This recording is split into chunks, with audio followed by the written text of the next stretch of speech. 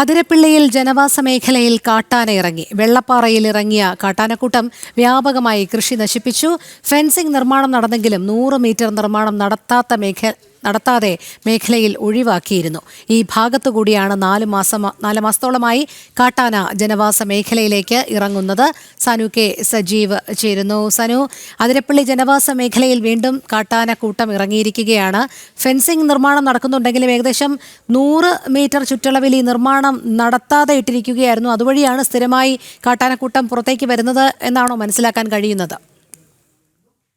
എന്റെ ഈ അതിരപ്പള്ളി മേഖലയിലെ ജനങ്ങൾ ഈ കാട്ടാനയുടെ ശല്യം കൊണ്ട് പൊറുതിമുട്ടിയിരിക്കുന്നു എന്ന് തന്നെ വേണം പറയാനായിട്ട്.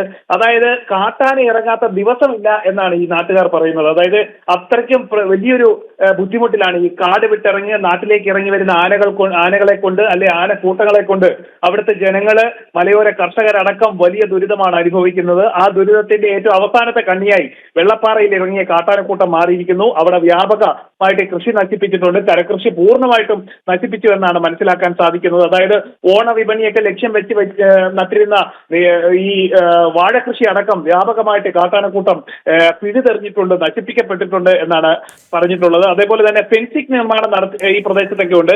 അവിടെ 100 മീറ്റർ പ്രദേശത്താണ് ഇപ്പോൾ ഇത് നടത്താത്തതുള്ളത്.